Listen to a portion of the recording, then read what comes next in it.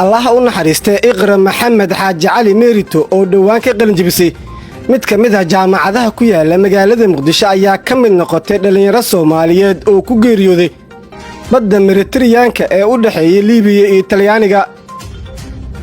gabadhan oo aasaskeedii hore ee waxbarashada ka soo bilowday deegaan lagu magacaabo Dumaye oo xardheere hoostaga waxay dugsigeeda hoose iyo dhexe ee ku soo baratay degmada Xardheere waxayse jaamacadda iyo dugsiga sare ee kaga baxday magaalada caasimadda ah ee Muqdisho.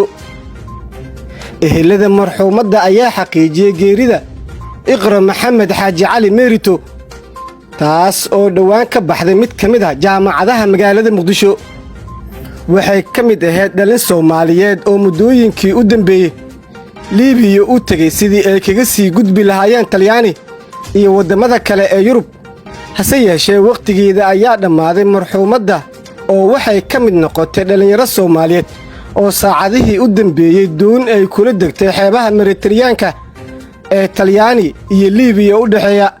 isbitaalka Amora Specialist waxa uu dalka keenay qalab casri ah oo adigoo aan qalin lagu marsin ama dawo lagu siin ayaa laga daaweynayaa hameeyirida ragga. waxaan xaadir kugu ah isbitaalka dhaqaatiir PhD sidata oo 20 sano wax ka badan ka shaqeynayay cilmiga cudurrada ragga.